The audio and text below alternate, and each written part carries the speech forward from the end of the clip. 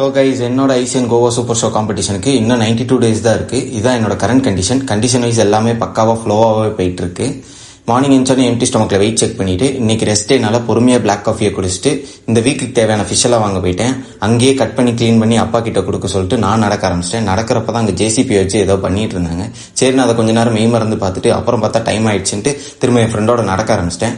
இந்த தலையில் என்ன போட்டிருக்கேன்னு பார்க்காதீங்க, அது பேலக்லோவா தான், வேற ஒன்றும் இல்லை, ரைடிங்க்கு யூஸ் பண்ணுறது.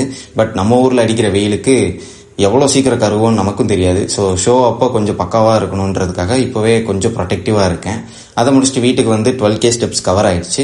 அதை முடிச்சுட்டு சரி இன்னைக்கு ரெஸ்ட் டே தானேன்ட்டு ரெக்கவரிக்காக ஐஸ் பாத் எடுக்கலான்ட்டு அதுக்கான தேவையான திங்ஸ் எல்லாம் வாங்கிட்டு வந்து செட் பண்ணி உள்ளக்க குதிச்சிட்டேன்.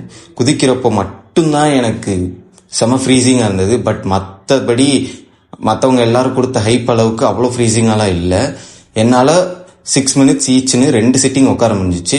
ஆனால் கைஸ் சத்தியமாக சொல்கிறேன், செம்ம ரெக்கவரியாக இருந்துச்சு. இன்னொன்று பிளட் ஃப்ளோ ரொம்ப சூப்பராக இருந்தது. ஆல்சோ நர்வஸ் சிஸ்டத்துக்கு ரொம்ப நல்லது. நீங்களும் ட்ரை பண்ணி பாருங்கள். அதை முடிச்சுட்டு இன்னைக்கு ரெஸ்ட் டேன்ற காரணத்தினால எக்ஸ்ட்ரா 5K ஸ்டெப்ஸ் கவர் பண்ணோம். ஸோ அதை கவர் பண்ணுறதுக்கு நடக்க ஆரம்பிச்சிட்டேன். வீட்டுக்கு வந்து பார்க்குறப்போ 30K ஸ்டெப்ஸோட இந்த டேவை முடிச்சிட்டேன்.